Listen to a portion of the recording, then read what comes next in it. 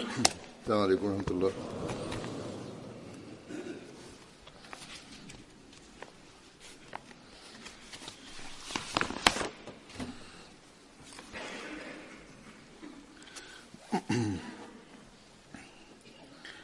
أشهد أن لا إله إلا الله وحده لا شريك له وأشهد أن محمدا عبده ورسوله أما بعد فأعوذ بالله من الشيطان الرجيم بسم الله الرحمن الرحيم الحمد لله رب العالمين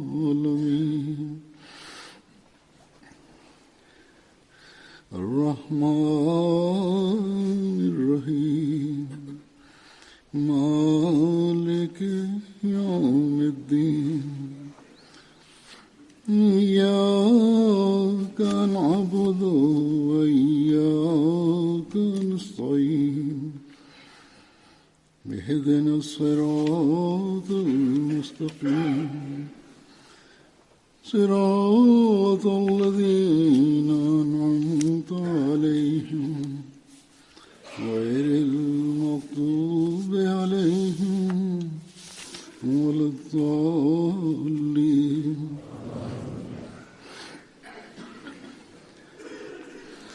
يا أيها الذين آمنوا كونوا قوامين بالقسط شهداء لله ولو على أنفسكم أو الوالدين والأقربين إن يكن غنيا أو فقيرا فالله أولى بهما ولا تتبعوا الهوى أن تعدلوا وإن تلووا أو تعرضوا فإن الله كان بما تعملون خبيرا.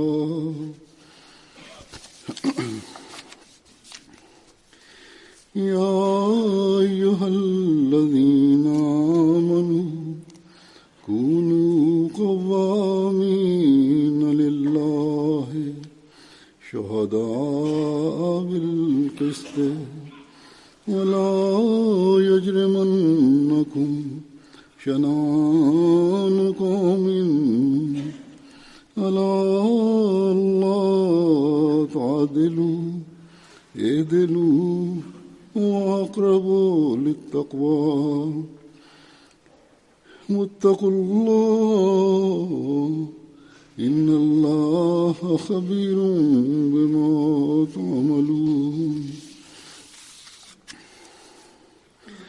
وممن خلقنا أمة يهدون بالحق وبه يعدلون.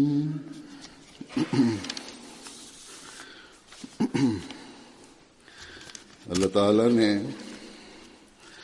جس طرح La norme de justice et d'équité qu'Allah a enjointe aux musulmans de respecter est inexistante dans toute autre écriture religieuse.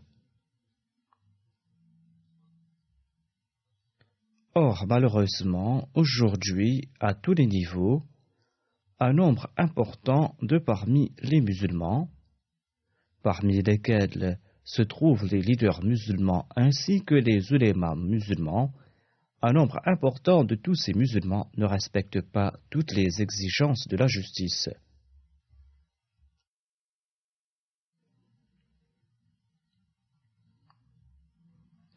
De même, au sein des foyers, parmi les musulmans ordinaires, l'on ne respecte pas généralement dans les affaires quotidiennes la norme de justice qu'Allah l'exalté préconise, la norme de justice qu'il souhaite voir chez le croyant.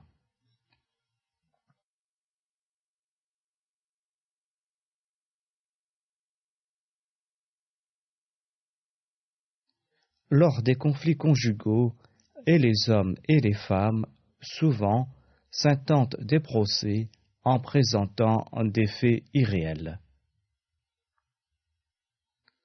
L'on a recours à des faux témoignages.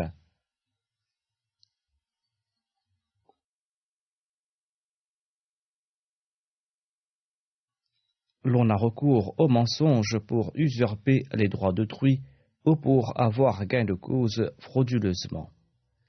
Ainsi, beaucoup se détournent de la vérité parce qu'ils croient avoir raison ou pour priver autrui de ses droits.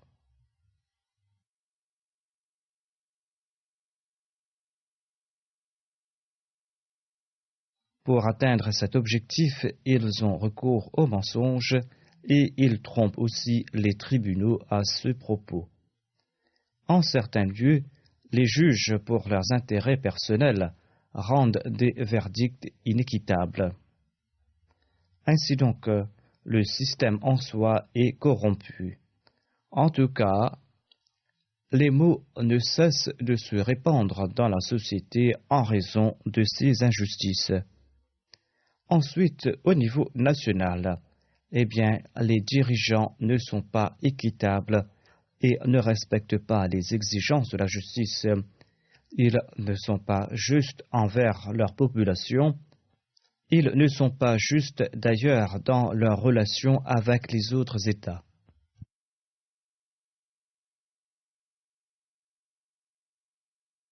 Les ulémas, quant à eux, ont fait de la religion leur fonds de commerce. Et les musulmans affirment qu'ils sont le meilleur des peuples et que l'islam est la religion qui pourra présenter la meilleure des solutions aux problèmes de ce monde. Certainement, les musulmans sont le meilleur des peuples. Ils sont le meilleur des peuples s'ils respectent les injonctions divines et s'ils mettent en pratique les enseignements du Saint-Coran. Certainement, l'islam présente au monde la solution à tous ces problèmes, à condition que l'on respecte la justice et la vérité en accord à ses préceptes.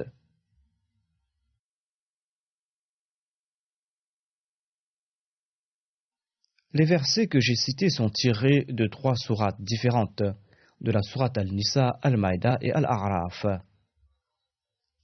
La traduction du premier verset, qui est tiré de la sourate An-Nisa, est comme suit. Ô vous qui croyez, soyez fermes dans l'application de la justice et soyez les témoins d'Allah, quand bien même ce serait contre vous-même, ou contre vos parents, ou contre vos proches parents, que ce soit un riche ou un pauvre, Allah est plus attentif à eux que vous ne l'êtes. Ne suivez donc pas de vil désir pour que vous puissiez agir équitablement. Et si vous êtes ambigu dans votre témoignage ou si vous l'éludez, souvenez-vous qu'Allah est très conscient de ce que vous faites.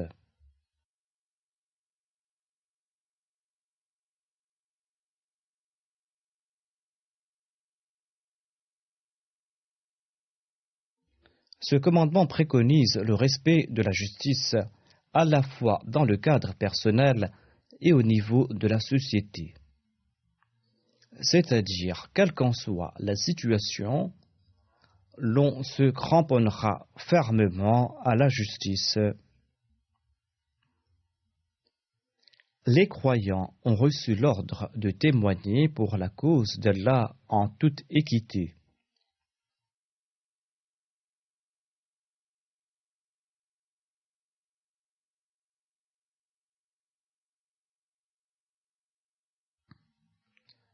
Et ceci est possible quand on porte en Dieu une foi qui est tout à fait parfaite. Il faut que la norme de la foi soit excellente. Il faut que cette foi soit ferme.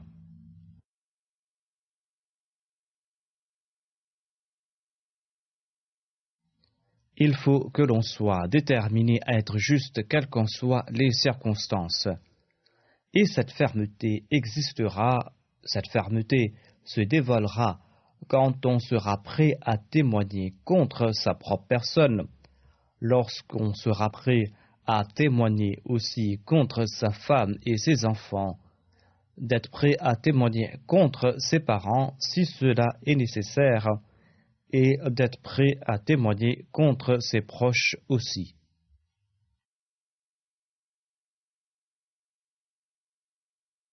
Ce verset stipule que l'assouvissement de vil désirs écarte de la vérité et de la justice.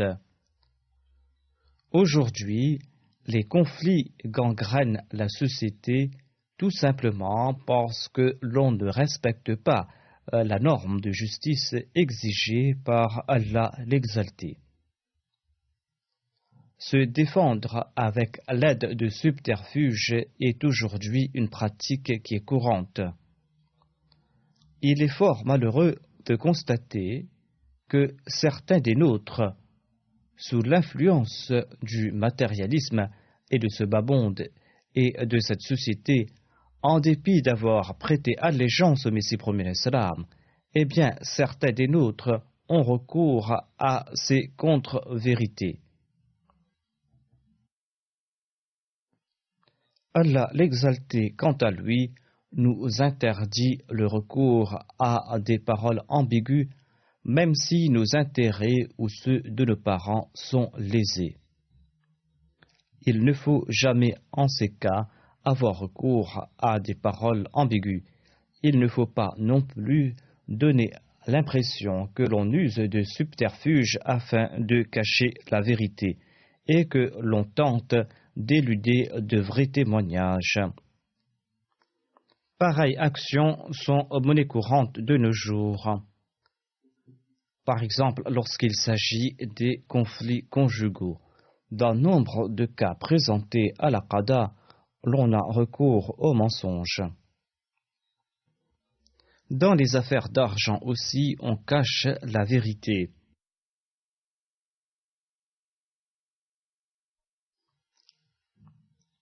D'aucuns, quoique détenteurs de savoir religieux et qui rendent apparemment de grands services à la religion, sont coupables de pareille indignité, engendrant chez autrui de grosses inquiétudes. Comment ces gens, qui sont apparemment de grands érudits et qui exercent une bonne influence sur autrui, peuvent-ils énoncer de tels propos, se demande-t-on. Allah affirme qu'il ne faut point cacher la vérité, même si elle est contre ses propres intérêts, celui de ses parents ou de ceux qui sont apparentés de sang. Ces gens-là cachent la vérité afin de respecter leurs liens d'amitié ou pour leurs propres intérêts personnels. Ils ont recours à des propos ambigus ou évitent de porter de vrais témoignages. Et ils se préparent très bien à l'avance pour étayer leurs arguments. Ils savent quoi faire pour se sortir d'affaire et quels sont les raisonnements à mettre de l'avant si tout éclate au grand jour. Or, n'oublions pas qu'Allah est pleinement au courant de ce que nous faisons et que nous ne pouvons pas tromper Dieu. On ne pourra jamais tromper Dieu. On pourra, certes, pour quelque temps, profiter des avantages de ce monde, tout comme l'affirme Allah d'exalté. Or, même si nous arrivons à éviter son châtiment ici-bas sur terre, nous serons certainement attrapés dans l'au-delà. Le registre de toutes nos actions, de toutes nos œuvres sera devant Dieu, et celui-ci est au courant de toutes nos actions.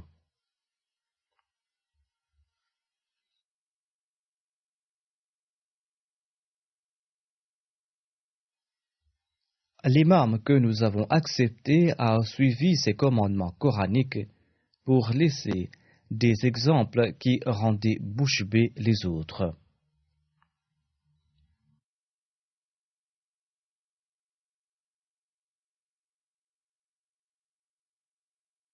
Un récit nous vient de sa jeunesse, à l'époque où il ne s'était pas encore proclamé Messie et Mahdi. le Messie promis alayhi salam était assigné à comparaître au tribunal lors d'un litige entre son père et ses agriculteurs. Et dans le respect des exigences de la justesse et de la justice, le Messie promis alayhi salam a dit la vérité. Les agriculteurs ont eu gain de cause et son père a perdu le procès. L'avocat du Messie promis alayhi salam lui avait demandé de répéter la déclaration qu'il lui présentait. Au cas échéant, il serait perdant. Mais le Messie promis alayhi salam a quant à lui insisté qu'il allait dire la vérité et toute la vérité. En tout cas, le verdict du juge était en faveur des agriculteurs. Selon les témoins de l'affaire, le Messie promis alayhi salam retournait tout joyeux après avoir perdu le procès. Il était si joyeux que ceux qui ignoraient le verdict auraient cru qu'il avait gagné le procès.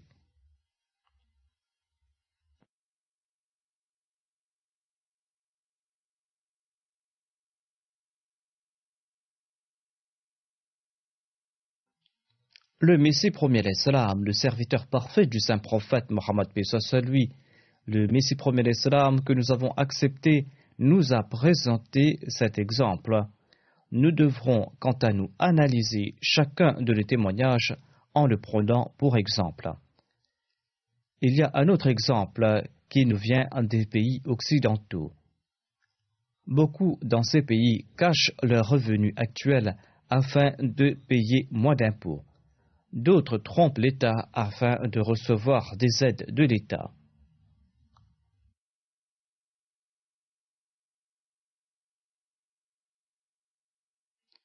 Or, face à la situation économique désastreuse du monde, les États des pays développés sont en train de tout scruter à la loupe. Là où ils ont des doutes, ils mènent une enquête. Ainsi donc, les Ahmadis doivent éviter de ternir leur image et de ternir l'image de la Jamaat. Qui plus est, dans le but de plaire à Allah l'exalté, ils doivent être prêts à endurer des pertes matérielles et ils ne doivent pas cacher la réalité, ils doivent toujours dire la vérité. Si l'on a de bonnes intentions, eh bien, l'on doit porter des témoignages avec justice pour la cause d'Allah et l'on doit aussi énoncer des vérités franches. Si on agit de la sorte, eh bien Allah l'exalté, qui est le Rabb, qui est le pourvoyeur, eh bien Allah l'exalté comblera les besoins et bénira les provisions de cette personne. Ainsi donc, nous devrons constamment nous analyser. Si nous ne tentons pas d'atteindre cette norme requise dans la justice, eh bien nous ne pourrons pas préserver la paix de nos foyers, nous ne pourrons pas non plus préserver la paix de ces sociétés où nous vivons. Nous ne pourrons pas préserver la paix de notre entourage.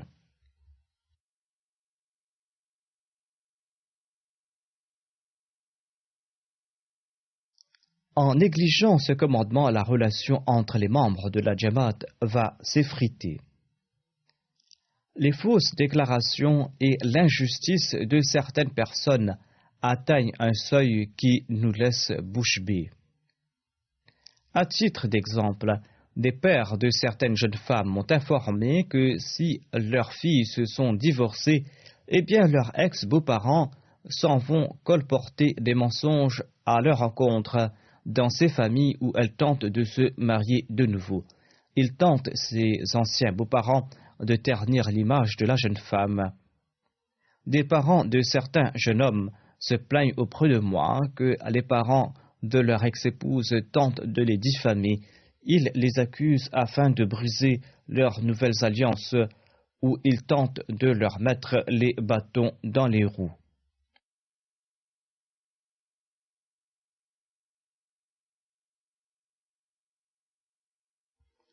C'est là un comportement des plus dangereux. Ce comportement peut détruire la paix de la société. C'est un non-respect de son engagement. Cela signifie s'éloigner des commandements d'Allah l'exalté. Allah l'exalté nous a accordé la faveur de pouvoir accepter l'imam de l'époque. Il nous a offert l'occasion d'être des frères. Or, pour nos intérêts personnels, ou en raison de notre inimitié, ou en raison de notre égoïsme, ou dans le but de se venger, nous portons si loin que la crainte de Dieu disparaît complètement de nos cœurs. Si quelqu'un s'est senti lésé, et si l'affaire est close, il doit se détourner du coupable et il doit ainsi laisser l'affaire entre les mains d'Allah, Allah qui connaît tout.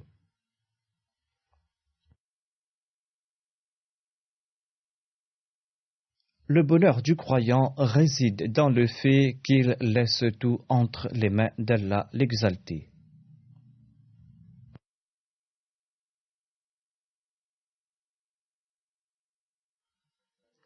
Après avoir enjoint aux croyants d'être justes et véridiques au sein de sa société, dans ses affaires personnelles et nationales, Allah lui recommande aussi de faire preuve d'un grand sens de justice, en particulier à l'égard de ceux qui appartiennent aux autres nations. Si l'on ne fait pas montre d'une grande équité à l'égard de ses ennemis, eh bien, l'on ne marchera pas sur les voies de la taqwa.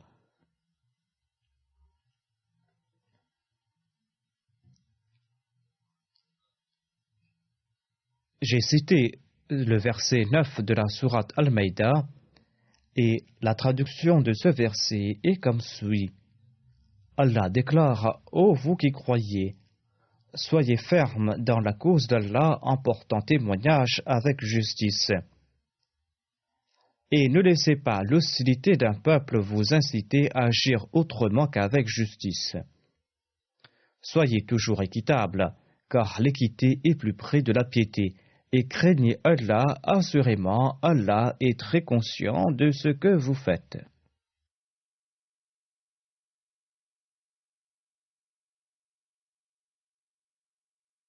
Lors des débats religieux, les suivants de certaines religions commettent des excès.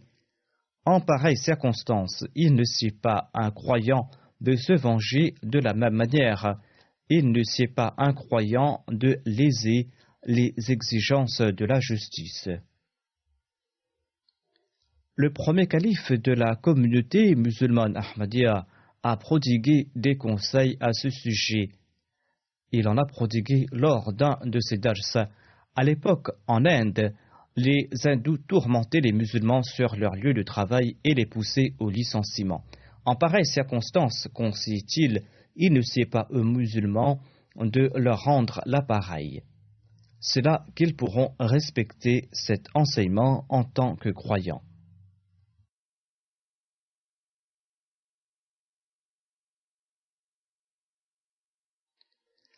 Il incombe aux croyants de respecter la justice et d'avoir recours à la taqwa et de laisser ses affaires entre les mains d'Allah, Allah celui qui connaît tout.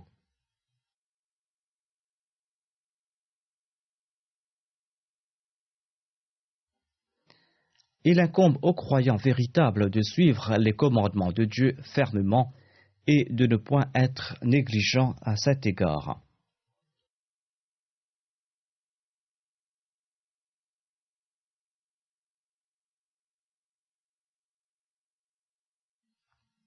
Pour être un musulman modèle, il incombe aux croyants d'agir uniquement pour la cause de Dieu.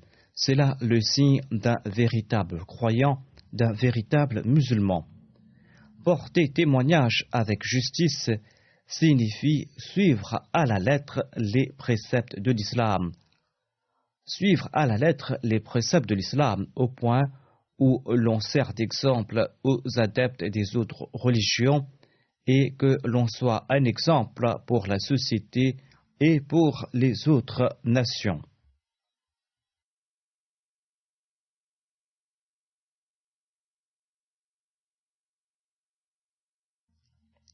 Loin de servir d'exemple pour les autres nations, les musulmans sont critiqués en Occident pour leur injustice.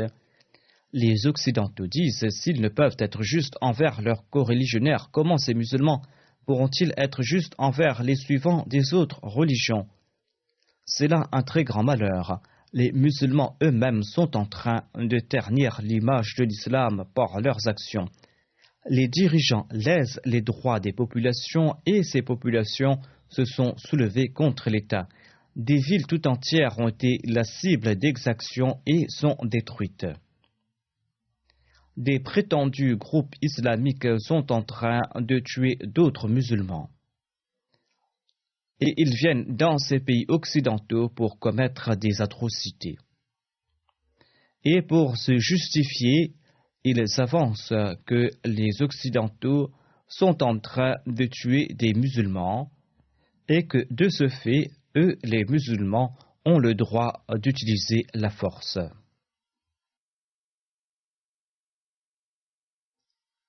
Or, des musulmans sont en train de tuer d'autres musulmans avec l'aide des non-musulmans, bien sûr.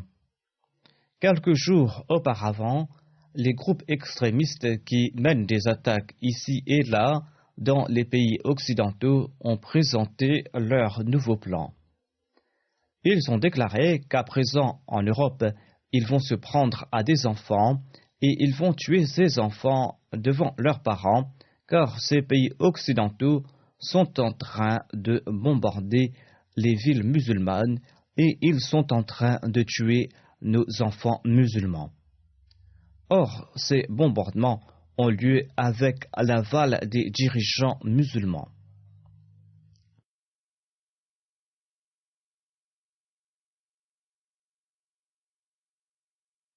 Cette inimitié entre les peuples va s'accroître en engendrant d'autres inimitiés et d'autres hostilités, et cela ne va pas s'arrêter là. C'est pour cette raison qu'Allah affirme qu'il ne faut pas laisser l'inimitié d'un peuple vous pousser à être injuste.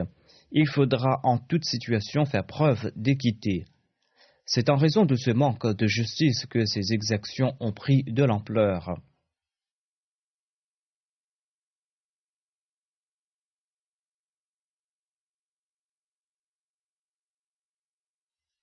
Les non-musulmans nous critiquent parce que les actions des musulmans sont contraires aux préceptes de l'islam.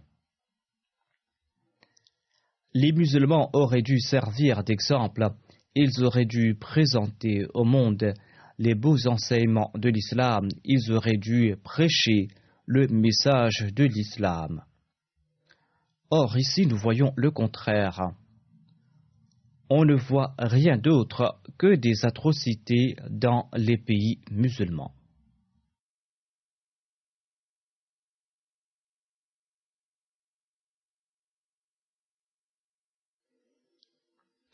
C'est en présentant les beaux aspects des préceptes de l'islam que l'on pourra témoigner en faveur de l'islam ou en faveur d'Allah l'exalté.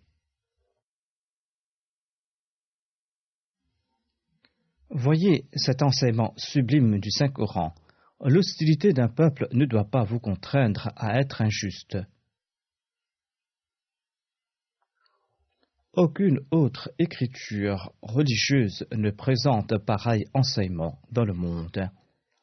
Il n'y a aucune distinction dans l'application de la justice. Musulmans et non-musulmans sont tous les deux égaux quand il s'agit de faire preuve d'équité. Voire, il faut même être équitable envers ses ennemis, et il faudra être très vigilant à cet égard. C'est là un bel enseignement, mais malheureusement, en dépit de son existence, les actions des musulmans sont en train de ternir l'islam dans le monde non islamique.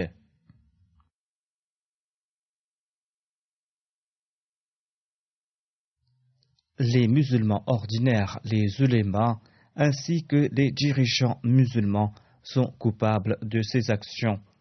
Et leurs actions nous imposent la responsabilité de présenter au monde nos exemples et de faire comprendre au monde que l'islam prône un tel degré de justice que l'on pourra établir la paix dans le monde à travers les enseignements de l'islam. Je vous présente quelques exemples de la rigueur avec laquelle le saint prophète Mohammed sallallahu alayhi wa sallam a conseillé ses compagnons à ce sujet. Un jour, le saint prophète Mohammed sallallahu alayhi wa sallam a envoyé quelques musulmans à la Mecque pour recueillir des renseignements. Les musulmans étaient en grand danger à l'époque et les musulmans pouvaient subir une attaque ennemie à n'importe quel moment. Ils étaient toujours en danger à n'importe quel moment. Ses compagnons sont partis en mission et lorsqu'ils sont arrivés à la Mecque, ils ont rencontré quelques ennemis dans l'enceinte sacrée de la Kaaba. Les musulmans se sont dit que ces témoins vont informer les autres de leur présence s'ils les laissent partir et qu'ils seront tués en fin de compte. C'est ainsi que ces musulmans se sont attaqués à ces mécréants en premier et lors de l'assaut, ils ont tué un ou deux de ces mécréants. Ses compagnons sont ensuite retournés à Médine et ils ont été poursuivis par quelqu'un de la Mecque qui a informé le saint prophète Mohammed sallallahu alayhi wa sallam que ces musulmans avaient tué deux Mécois dans l'enceinte de la Mecque. Le saint prophète Mohammed sallallahu alayhi wa sallam n'a pas répliqué que les Mécois, les mécréants dans le passé ont commis tant d'exactions et qu'ils ne devaient pas se plaindre si on leur rend l'appareil.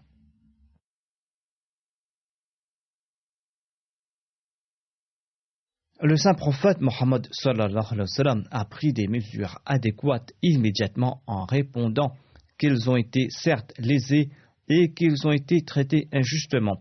Il se peut que les mécréants ne se soient pas défendus parce qu'ils étaient dans l'enceinte de la Kaaba.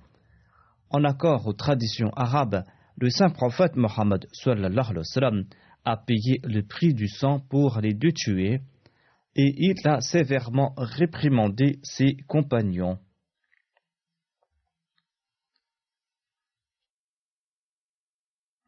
Il les a condamnés pour leur excès de conduite. Selon un autre récit, les compagnons auraient tué une femme par mégarde lors d'une bataille. Le saint prophète sallallahu alayhi wa sallam était très en colère contre ses compagnons lorsqu'il en a eu connaissance. Jamais pareille colère n'avait empourpré son visage, disent les rapports. En dépit du fait que c'était une erreur de la part des compagnons, le saint prophète Mohammed sallallahu alayhi wa sallam était fort peiné. Il était fort peiné parce que la justice a été bafouée. Le saint prophète sallallahu alayhi wa sallam a aussi fait preuve d'une grande équité en jugeant indifférent entre un juif et un musulman. Selon les récits, un musulman devait 4 dirhams à un juif et le délai du paiement avait expiré. Le juif s'en est allé se plaindre au saint prophète Mohammed sallallahu alayhi wa sallam en disant que le musulman ne lui avait pas remboursé son dû. Le saint prophète sallallahu alayhi wa sallam a fait venir ce compagnon qui se nommait Abdullah et il lui a sommé de rembourser ce qu'il devait aux juifs. Abdullah a expliqué: Ô prophète d'Allah, je jure par celui qui vous a envoyé, je n'ai pas les moyens de rembourser cette dette. Je lui dois de l'argent, certes, mais je n'ai pas les moyens de le rembourser. Le saint prophète sallallahu alayhi wa sallam a insisté en lui demandant de rembourser le juif. Abdullah a offert la même réponse. Il lui a dit que j'ai promis aux juifs de le rembourser lorsque je recevrai ma part des butins après que vous nous ayez envoyé à Khaybar. Le saint prophète sallallahu alayhi wa sallam a insisté en disant: rembourse-le. Lorsque le saint prophète sallallahu alayhi wa sallam a répété une parole à 3 reprises eh bien celle-ci avait valeur de verdict final.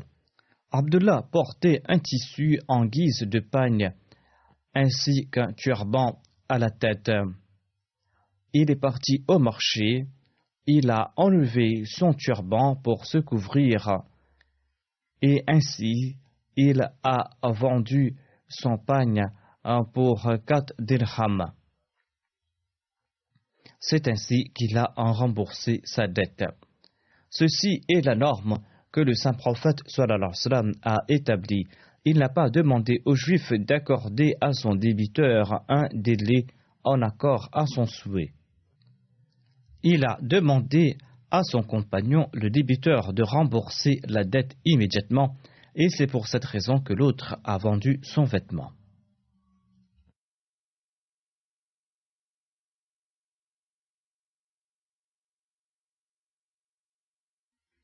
C'est là la norme de la justice que nous devrons respecter à tous les niveaux. Ce faisant, nous serons parmi les véritables disciples du serviteur parfait du saint prophète Mohammed sallallahu alayhi wa sallam, et nous accomplirons ainsi le but de son avènement.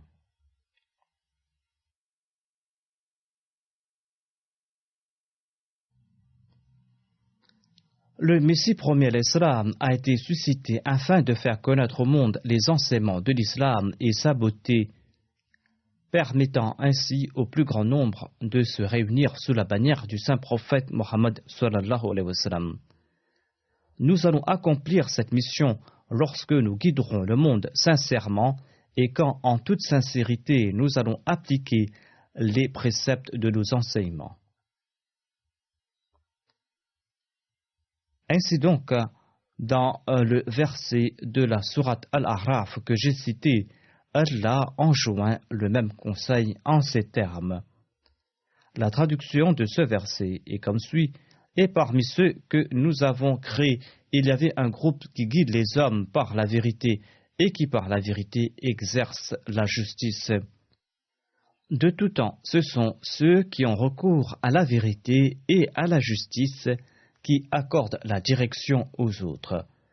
Aujourd'hui, ceux qui auront du succès sont ceux qui guideront autrui avec la vérité. Ceux qui respecteront les exigences de la justice vont guider autrui vers la vérité.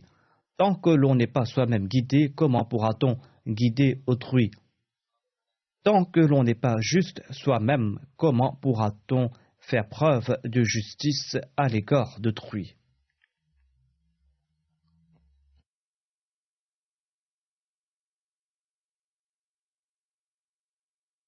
Si nous souhaitons respecter le serment d'allégeance prêté au Messie premier l'Islam, si nous souhaitons compléter sa mission, si nous souhaitons transmettre comme il se doit le message de l'Islam, nous allons devoir adopter toutes les vertus préconisées par l'Islam, les vertus préconisées par le saint prophète Mohammed sallallahu alayhi wa sallam et le Messie promis alayhi salam. Nous allons devoir suivre ces préceptes en accord à ces principes.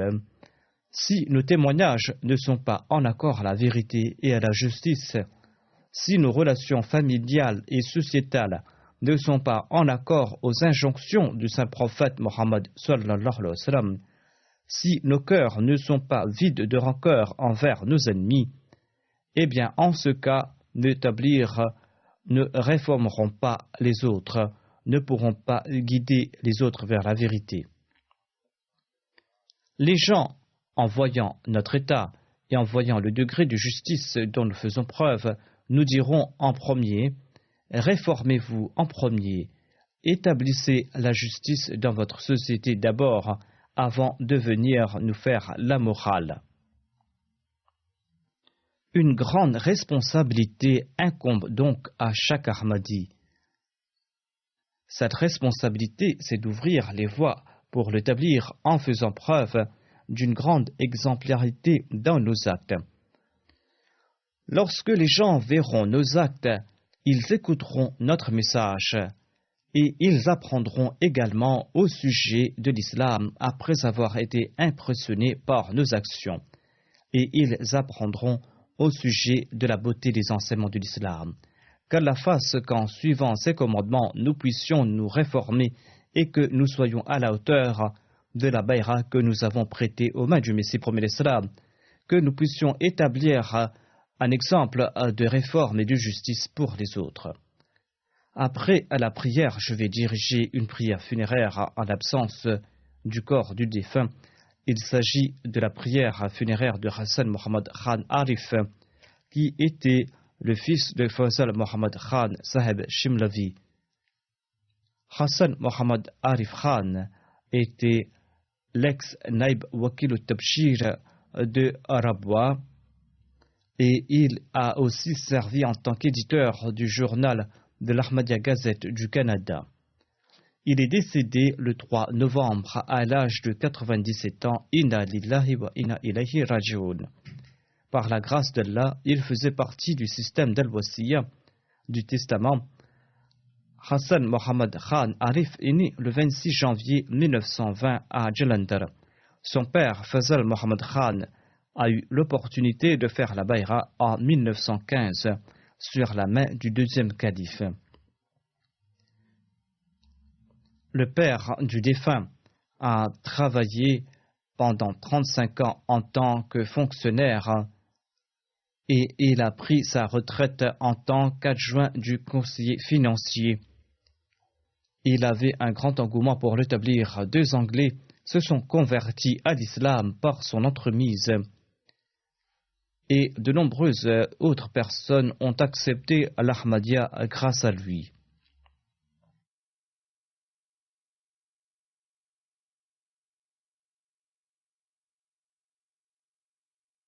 Le défunt, quant à lui, avait fait sa licence.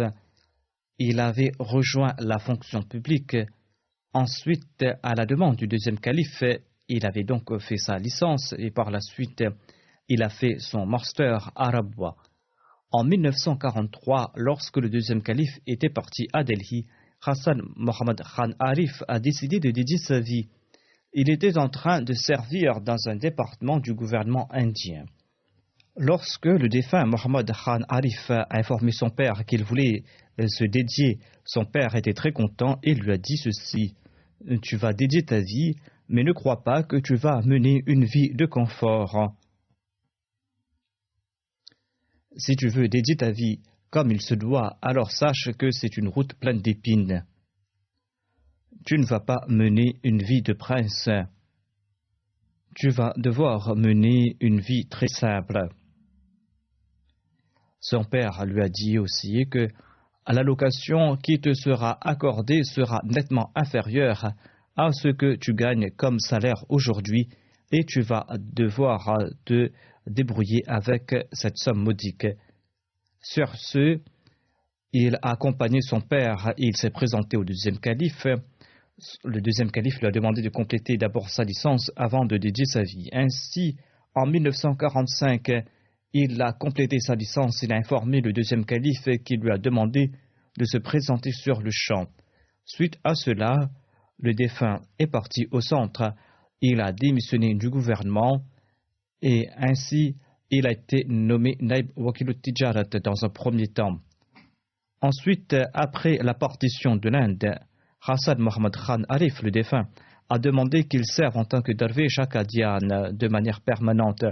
Le deuxième calife a accepté cette demande, mais après quelque temps, il l'a fait venir au Pakistan afin de servir au centre. Ainsi donc, il a servi en tant que Naib Wakil al-Tijarat.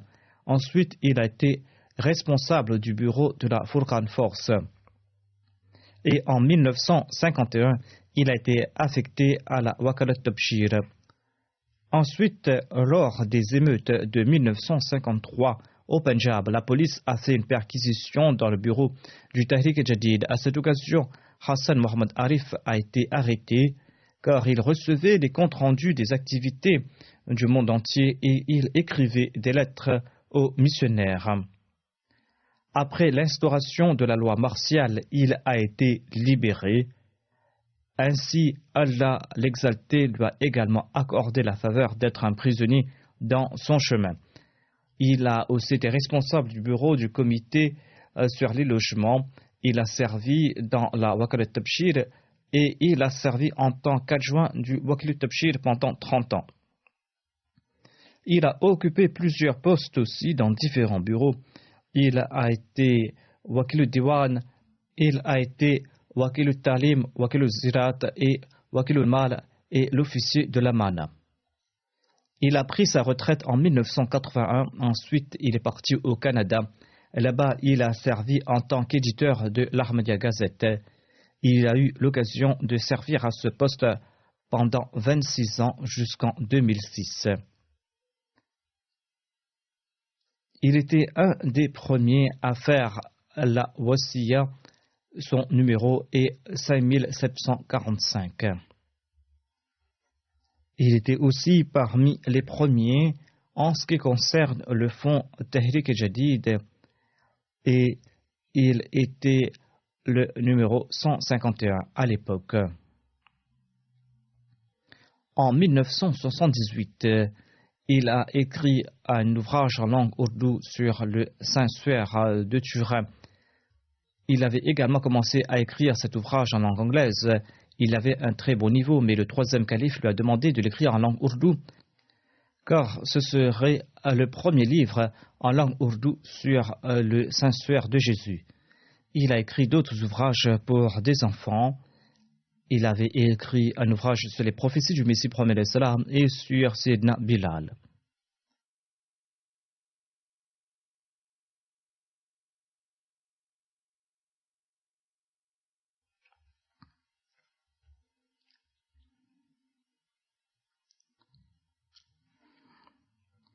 Le défunt s'était marié en 1944 avec Sayyida Akhtar Faizi Sahiba, qui était la fille de Fazlur Rahman Faizi. De cette union, il a eu 4 garçons et 2 filles. Ses enfants sont aux États-Unis et au Canada. Sabru, la femme de Farid Ahmad Arif, écrit ceci. Le défunt accomplissait régulièrement la prière Tahajjud. Il priait avec une réelle inquiétude et douleur. Il avait un grand amour pour le califat. Il éprouvait une grande obéissance à son égard. Après le décès de mon beau-père, j'ai su qu'au Pakistan, il venait en aide à des veuves et à des orphelins régulièrement.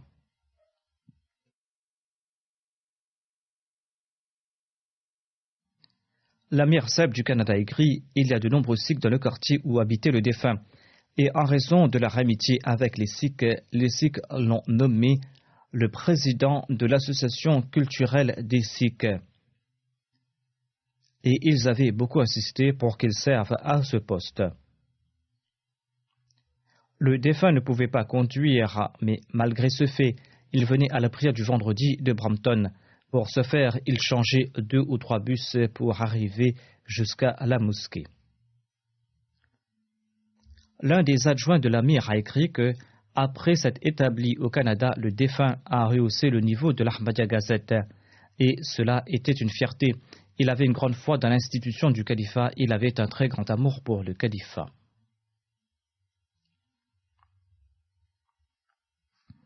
Moi-même, je le connaissais depuis mon enfance, mais après avoir été élu calife, j'ai vu un grand changement dans son comportement à mon égard et j'en fus fort surpris. Il n'avait pas d'ordinateur au tout début et il écrivait la partie ourdou de l'Ahmadiyya Gazette à la main et il tapait la partie anglaise à la machine. Il traduisait aussi les sermons du calife en langue anglaise et il relisait sa traduction à maintes reprises et tant qu'il n'était pas satisfait, il ne publie pas cela dans l'Ahmadiyya Gazette. Il avait une très bonne mémoire, il avait une très bonne culture de l'histoire de l'islam. Il avait toujours un livre dans la main. Il lisait toujours un livre, une revue. Il aimait la lecture et il racontait souvent les anecdotes des compagnons, des anecdotes qui consolident la foi. Quelqu'un a écrit à mon époque, toutes les pages de l'Ahmadiyya Gazette étaient pleines d'anecdotes consolidant la foi, provenant de l'ouvrage Milkatul Yakin du premier calife. C'étaient des récits qui étaient publiés en langue ourdou et en langue anglaise. Qu'Allah fasse preuve de pardon à l'égard du défunt, qu'il exalte son statut et qu'il fasse que ses enfants et sa progéniture puissent établir une relation solide avec le califat et la Jamaat Ahmadiyya.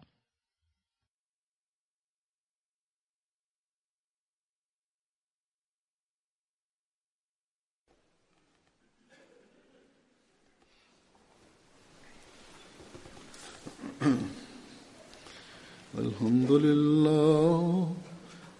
لله نحمده ونستعينه ونستغفره ونؤمن به ونتوكل عليه ونعوذ بالله من شرور أنفسنا ومن سيئات أعمالنا من يهده الله فلا مضل له ومن يضلل فلا هادي له ونشهد أن لا إله إلا الله ونشهد أن محمدا عبده ورسوله عباد الله رحمكم الله إن الله يأمر بالعدل